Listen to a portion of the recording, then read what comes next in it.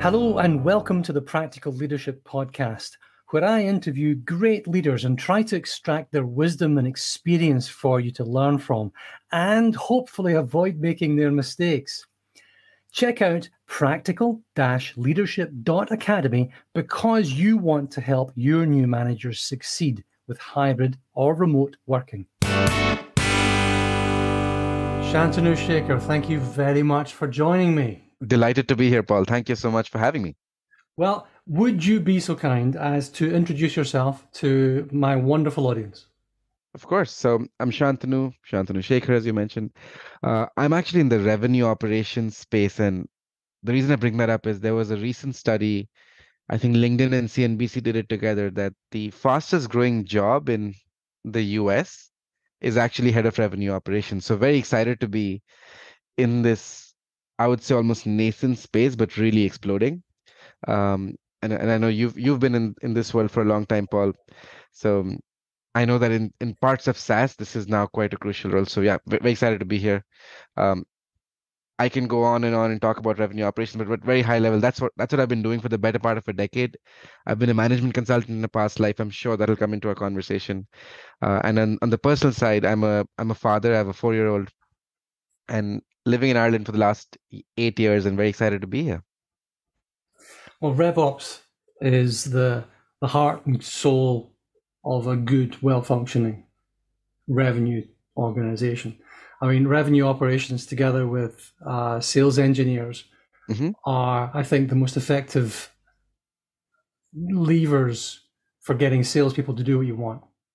Because you can't really just ask a salesperson to do what you want. They're typically they're kind of prima donna-like, which is what they should be. You know, they're actors. Yes. It's a performance profession.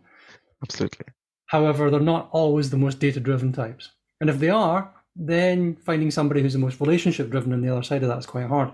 But if you've got the RevOps team and your sales engineers, you can point people at the right direction because you show what good can look like. You model that. The enablement happens.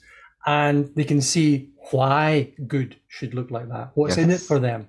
So you're modeling both the action, the practice, the performance, and the benefit. If you do this, and here's what you do, look how much money you can make. Love it. And I love what you just said because, I have an acronym which I love, which is WIIFM. What's in it for me? Totally. And I think a big part of, and I think you just mentioned, obviously we talk about people being data driven or not being data driven and how you really tie that together. To me, a large part of my own role and folks in similar roles as mine is maybe 20% is actually getting the data, the insight, the story. 80%, as you said, is literally getting that change and getting the change to really embed across, which is all about communication. So love what you just said there. And if you've got a 4-year-old, then you know all about communication. Oh, absolutely. That's the tougher job. That's where I change my stuff. Yeah. I mean, I think I've had kids now for 11 years. My eldest daughter is 11. Right. And the difference in my communication abilities, the way that I've personally developed over the last decade and a bit, is immense because you have to really put yourself in the shoes of the other person. And it's not just who they are or their background, it's their level of comprehension. So if you're trying to talk to a 4-year-old, most salespeople, no, that's not true. That's not true. Because salespeople are busy. They're focused. They're determined. They're driving them towards something. Yes. You've only got a limited amount of headspace, so you've got to keep things super simple. It's one of the reasons why somebody like Donald Trump was such a powerful communicator, because he spoke in 10-year-old language. You know, that's the sort of thing. Yeah. And know your audience. That's literally the number one rule of communication, right? Know your audience, tailor the message, and it works. It works for a 4-year-old as well as for, like you said, the most seasoned sales professional. 44-year-old. Shantanu, what was your journey to becoming a people manager? Right. So I think the journey I'd start with, and I was very lucky actually, or fortunate, I would say, even in the early part of my career, I spent about 5 years at Bain & Company, which is the management consulting firm, and they are really focused on coaching and people management. And about a year and a half, I was a young, wet behind the ears associate consultant, but within about a year and a half in, I was already managing a couple of people. And now a lot of different companies have a supervisory role or where you're responsible for somebody's output, but not really managing them. I think what I loved about Bain was even for someone who's so new to role or so new to even working, you start really by managing people. You start caring about the professional development. You are responsible. You get upward feedback. So all of that started about a year and a half then. And I really believe in those 5 years, by the end of those 5 years, I was managing a couple of case teams where you had 7 people odd. And that entire focus on not just being given the opportunity to lead and manage and really manage people, but being given the tools on how to think about it and really learn that as a mix of art and science. I keep going back to sales. Like just like we say sales is a mix of art and science, I would say people management is definitely a mix of art and science. And that's how my journey began. And then since then I've pretty much been managing people all my professional career since then. For the better part of a decade, I've been in the tech space. I was at LinkedIn for a while. I'm now working at Gong, and even now I've been taking the learnings from my first few years and then adding on from different places. In LinkedIn, we had this phrase: every single employee deserves a great manager. So just how you That's nice. start building towards that. So yeah. Every employee deserves a great manager. Writing that one down. Okay, interesting. What then did you pick up as you were developing in your own career? What sort of advice would you then turn and give to somebody in that same position? Sure. And this is the number one advice that has stuck with me across. Like I said, there's been a lot of things I've learned on the job. There are people who have, through osmosis, you pick up things that different people talk through. And obviously, there are reams and reams of training and sessions I've gone through. The one thing which has stuck to me the most, and this is early on when I was about a year or so in LinkedIn, and I'll actually name this. He now leads LinkedIn's EMEA and LATAM business for the B2B sales and talent solutions, Olivier Sabella. And he talked to me about how leadership and management are two very different things, and people often conflate the two. And the reason I'm going there is leadership is all about, let's say, being inspirational, being motivating, think about being a thought leader and driving a lot of, I would say, a vision and mission for your team and so on. But as a manager, there's an element of having to roll up your sleeves and really drive process and accountability and really build a very, I would say, almost build a very clean way of connecting what's the bigger picture, what's the 30,000 feet view, to what does this mean? Again, I go back to WIFM. What does this mean for me as someone working in your team? What should I be doing? How should I be thinking of? I can go into details, but more around what is my week going to look like, my month going to look like, my quarter looking like. So building that mechanism, the science part of it, which goes with that art or vision that you're going from leadership. That difference is massive, and I think my advice to anyone who's new to management is making sure you're able to define what your mechanism of being a manager looks like, and how would you operate day in and day out. How would you give that clarity to your team? So basically, know what your role is. Know why are you there. What are you adding to that team that they wouldn't otherwise get? And that's fair, exactly. And there's I think there's value add, like you rightly said. A large part of, and again, because I started off in management consulting, where a successful people manager was also adding a lot of value to the actual output. And again, in consulting, the output was worth millions of dollars quite often in terms of slides. So there's like, okay, how are you thinking about, is are you answering the right questions or not? And it's adding value and making the finished product look better. In sales, when you come out, it's obviously how are you showing up in front of customers. There's value add there, and that's what I would call almost on the thought leadership side. To me, and it goes back to the 20% output, 80% communication. To me, there's a massive element in being a successful manager and driving process leadership. And process leadership is, okay, have you thought about what your overarching goals are. How do you work backwards from there? What are your and I don't want to use an acronym for the sake of it, but what are your SMART goals for the week? What are your OKRs for the quarter? What are you doing in the month? What does that mean in terms of the anatomy of what a week in your role looks like? So literally driving that together, especially for people who are new in role coming into your team, but also for people who've done it in a certain way in a certain company, it might not translate into your role. So building that process and predictability and defining what it means, and then helping them navigate through how to communicate that across the org is crucial. The difference between leadership and management. Yes, very much. There's a great definition from a chap called Joe Owen, who was one of my guests a while ago. He's a great leadership management writer. And he says leadership's about getting people to where they would not get on their own. That's a good one. Yeah. That is a good one. The other ones that I'm sure you've heard of as well. And by the way, there's nothing wrong with the SMART stuff or the OKR stuff. I mean, the simple things are brilliant. Yeah. I mean, the magics, the basics are magic too. That's the whole point. If you need to do the basic things, you need to do them really, really well. And if you want to learn how to do them really well, come along to my masterclass and my course, and you'll find out more. Anyway, that's my advice. Love it. Yeah, because I do courses, coaching for new managers. And I'm sure the other thing I'm sure people have heard is that the idea is leaders do the right thing and managers do things right. You know, so you're leading people towards the bright sunlit uplands, but you're managing them to get things done. Yes. There's a chap coming on as a guest fairly soon, Garen Hess, who's the CEO of an interesting company in the US called Consensus. And he talks about basically getting stuff done.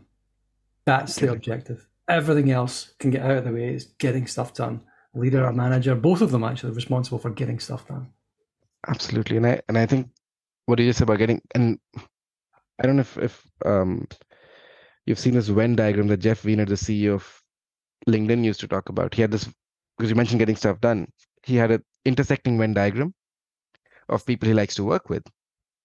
And it's basically people who think big, get stuff done, and have fun.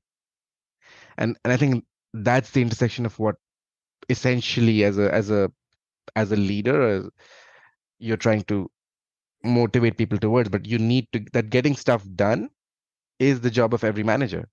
And like you said, sometimes things can sound quite basic, but one very simple approach I use, and I know a lot of people have like, this is my playbook of how to use me as a manager, because it's the manual of me when someone joins my team. But to me, there's really 3 buckets to it, which is process. I talk about process leadership being important. Just literally what is our deliverables, what are our tasks. We do literally a work planning session every Monday. So there are elements of my week which look then similar, and then my team knows that this is how we will operate and communicate internally, but also externally. So you have like a work plan, you align on things and so on. Second is, to me, purpose.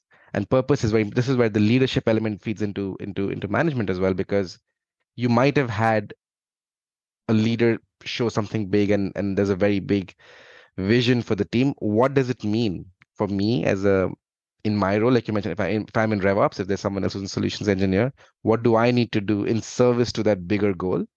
So therefore, building that purpose, and I use that for any core projects that are going on, having check-ins around that, and how do you really drive towards. And the last one to me is all about people, and that's foundational, right? Because again, being a manager, having the ability to drive people and having the ability to motivate people, not just from being an inspirational leader, but really understanding what's going on in their lives, where their aspirations are both short term, near term, long term. Sometimes the aspiration might not even be in the role that they're in, might be in a different company. But as a manager, do you then wear the hat of the employee you're working with, and how do you really drive their success?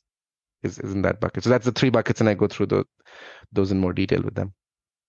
Well, let's go through them in a little bit more detail just now. Just break it down just one level down, okay? So Yes. process, purpose, and people, your three Ps. Three P's. There you go. Very cleverly done there. You've caught on there, Paul. That's the stuff. See, you can't pay anything past me, right? So There you process, go. deliverables and tasks, work planning. Like give somebody who's new to this Yes. some pointers about how you go about do that. You said you do a weekly stand up. So I would do I tend to do this both within my team as a manager, but I also then try and extend this to the broader teams that I'm working with as well. But literally to me, getting that Monday, it could, depending on the size of the team, half an hour, 1 hour, where you're really covering three things. Number one, um, it's more of a connect and a check-in point for everyone to come together as a team. It's important to build that rigor and process. But on what are our most important and urgent tasks for the week and even for the month ahead, which are all in service to a broader plan which you've already built, right? So there's been this weekly cadence is almost like a check-in point to a broader plan or quarterly vision that you already have.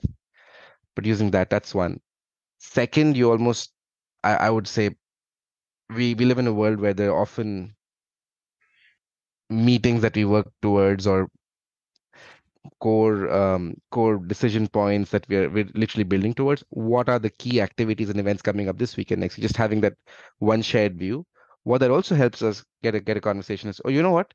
Oh, Paul, I'm working on the same piece that you're working on, but in a different lens. Let's try and combine forces. So just having all of that in one place, it's really great to get collaboration where needed, help where needed, and that's one piece.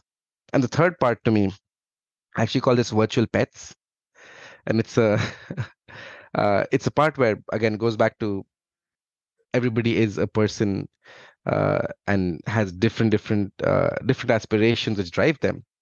I literally do a again, this is the consultant in me coming out. I have actually three metrics everybody has on what they want. For example, for me, the three metrics are I want to uh, sleep for a certain number of hours a day, exercise for a certain number of hours, and again, these are specified metrics with number of hours per week. And I plan to have dinner X number of times at home with family. So those are things which and somebody could have like someone on my team running a marathon or somebody else has I want to learn the piano. So you really drive towards their aspirational goals and really have that moment of personal connection, but also then make space for it so you understand why somebody is doing a certain thing in the week. So you're almost helping people to hold themselves accountable for their personal goals. Yes, in a in a way. business environment. In a way. How does that work? Giving them room to do that because and again to me, and I mentioned and I didn't go into the people side. To me, a large part of working, and you might have read there's this great book which talks about how people like uh, Google in the past and a few others have really built that space for teams to really build an almost a safe space where you're really encouraging each other to do great things. And a large part of that comes from having the ability to be yourself. And to me, that's a very, very important personal value I hold, belonging. And I think it helps the team know each other, belong. And yes, you're holding yourself personally accountable, but it's not in a nitpicky way. It's more like, oh yeah, I need to make space to do that. Yeah. Interesting. That's really nice. You're making public space for people's personal goals and helping them to the interesting bit is helping them to stay accountable to it. Mhm. And that's why and it goes into process because it's in the same meeting where we're talking about our professional goals for the week, talking about our personal goals. It's great. And does it work? It does. It does. In fact, I've been using this for a long time, and again, I won't claim this was my own brainchild because again, Bain did this really well. We had the concept of virtual baby over there. When I brought a version of it over, one of my teammates was very, very scared of talking about babies, so we made it virtual pets. But I've seen it work really well. There's a past teammate of mine in the previous role. He actually learned Spanish. He had that as a goal. He had not been as successful making time for it before this happened, but he did this for 6 months. He learned Spanish. He had like, I have to do Duolingo for X number of hours every week. Um, I myself have been a lot more, I would say, a lot more real towards my goals because I'm like, okay, now I'm putting a metric towards it, similar to the way you think of a work goal. Is that, I mean, I can see that working in a RevOps team where you are, by definition, a data-driven bunch of chaps and That is chapesses. fair. Basically, you're all geeks, right? That is fair. Nerdy, geeky That is types who like that is Excel. very fair assessment. That's a fair assessment, isn't it? It totally is. How's that going to work with the other sides of your organization? Well, I mean, mind you, management consultants, I suppose, they're kind of softly as well, aren't they? To fair, again, the ones I work with all even more data driven than some of the folks I met in RevOps. So I think you're right. There's probably an element of who I've tried this out with. But when and if I do lead a non-data driven team, I do plan to try this out. So I'll let you know how that goes then, Paul. It's fantastic. One of the companies I'm working with just now, very, it's full of creative people. I'm just wondering if that would actually fit for them. Interesting thought. That's fabulous. Right. Shantanu. Wow. Okay. All right. So that's your how-to advice then. Virtual pets. Wow. Love it. Okay. Was there a particular event or maybe a mistake or something that you learned most from? So I think, have you read the book Radical Candor by any chance, Paul? Yes. And one of the things I loved about Radical Candor talks about how in a role as a manager, it's important to care personally, but also challenge directly. And I think one of the toughest parts of being a manager is having to do tough conversations. That's pretty much, I think, core to the job. A successful manager needs to have tough conversations. And I had seen early on in my career, I'd seen some really tough instances, and probably the toughest conversation a manager has to have is to let someone go. It's timely given the environment we're in these days in tech especially. But before I had to make the decision myself and go through that, I closely saw a peer of mine go through that process, and she had to unfortunately let someone go on the team. And then it was her first time as well when I'd seen this happen. And it wasn't the most the person who was laid off was surprised. Um, they didn't expect it. They probably had an inkling of something being off, but the way that entire process went, and obviously it just left a very, very strong, overpowering impression on the broader team. And this is like ages ago. So I learned from that. I've unfortunately had to do this more than a couple of times myself. Because sometimes, and this is I'm going to use another. I love how I keep quoting Jeff Wiener in any interview, but Jeff Wiener used to have this phrase. It's a very American phrase where in baseball, quite often you have a pitcher who can keep pitching for the entire match, but there's a time when you need to know when you have to take the pitcher out because the pitcher is tired, but the pitcher never wants to stop pitching. So that's the example he brings in and says sometimes the person might be in the wrong role, which is not right for them, and so on. So having that mindset of just knowing, okay, you know what, if you are making that decision, it has to be right for the person you're making that decision for. But also, second, that person can never be surprised. That's the learning I took away. If I have to ever let anyone go, it should not come as a surprise. And in fact, the three people I'm thinking of in the last of those three people I've had to have those direct conversations with. One of them I'm actually still in regular touch with. The other two are not as regular. They're in different geography altogether. But all of them, literally, the conversation to let people go. We had a half an hour long chat and then went for a drink afterward. So it's just something which I've taken away, and I think it's the least we can, because that is the toughest decision. But it is the toughest decision for the person who's being impacted. The more the more it is number one, if I just leave one thing with anyone, and that's something I've taken away after that, when I'd seen what happened, was it should not be a surprise. No, no, no. I mean, I deliver 2 sections in my new manager course. One on difficult conversations, which builds on giving feedback. So basically, a difficult conversation is a carefully planned feedback session.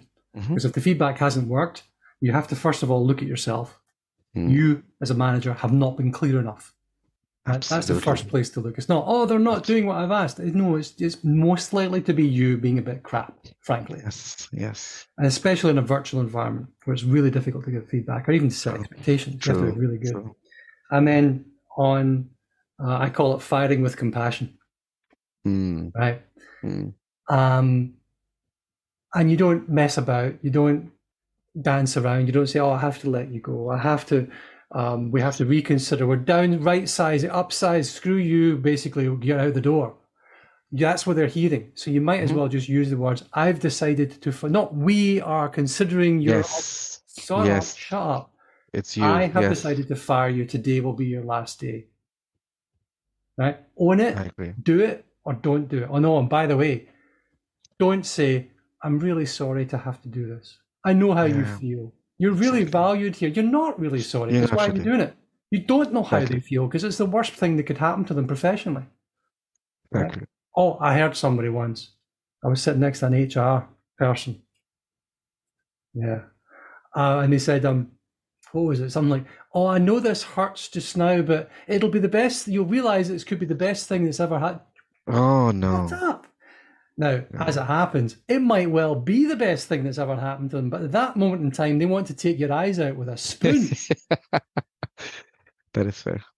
And that's why it's important. I love what you said about it, feedback, and I think that's probably the most important thing to always provide early and often, whether it's positive or constructive, either ways, right? And I think that's something which I think is something I take away from what I again saw in that one experience. And again, I know it is always a tough conversation to have, but the moment you can have that, and I go back to the process element of it, you have scheduled check-ins on a weekly basis. On a Friday, make room for 10 minutes for you to give feedback, for you to ask for feedback. On a monthly basis, talk about longer term career, how you're doing. So like literally, and that's where the process element of my people process and purpose comes in, is like literally there are things that you can schedule for. So there are no surprises across the board. Very important. Yeah. I mean, for the whole one-to-one thing, which is really the only lever you have to move your business forward is your one-to-one with your individuals. So you have a repeating agenda, same damn thing every time, and you have a shared document that you work on. Right? So CUFCP is the thing I use. CUFCP, right? Check in. CUFCP. Right? So you check in.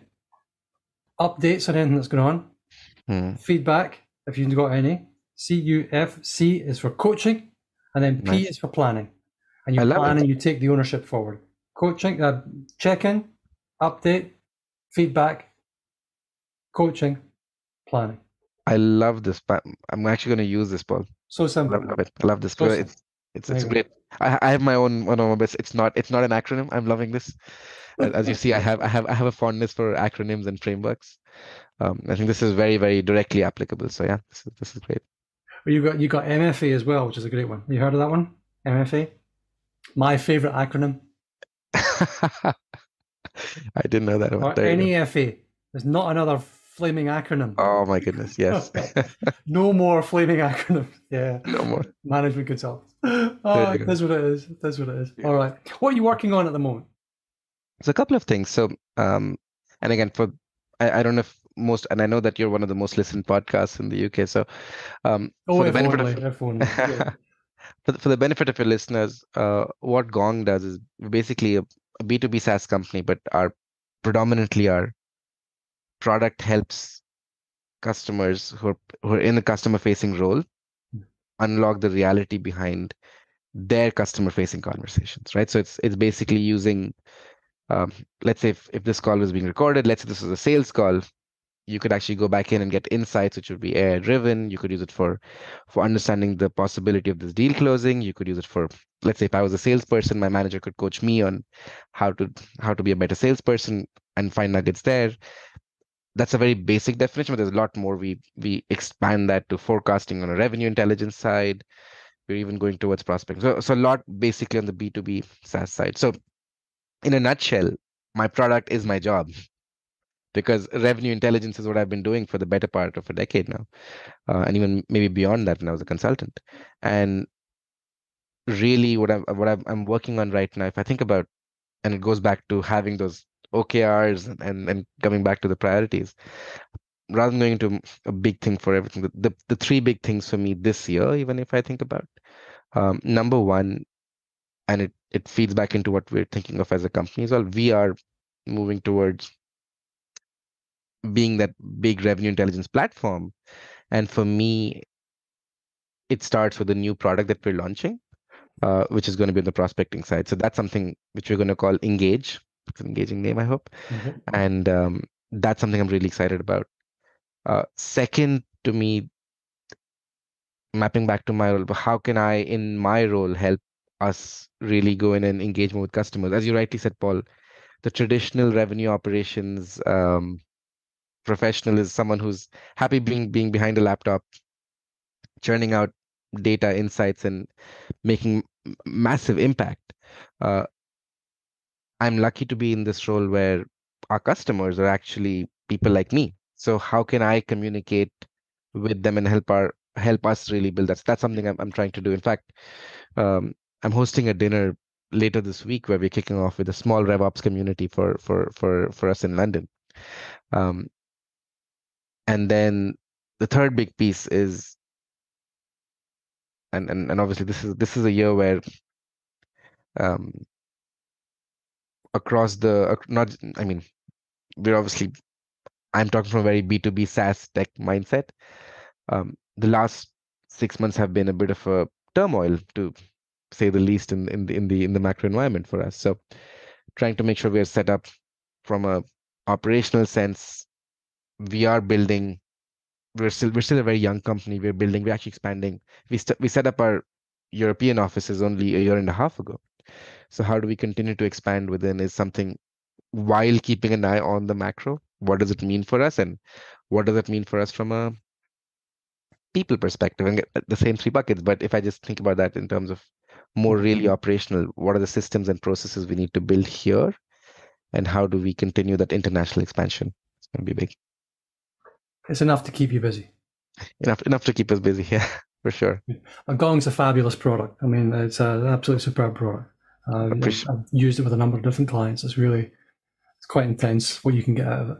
So Appreciate that, Paul. what then are you reading or listening to at the moment that you would like to share?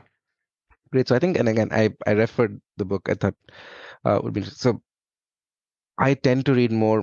I read two very competing genres. So I read, like most of us. I love reading business books to just be a better manager, be a better professional in my job. And three which really jump out to me there are the Culture Code.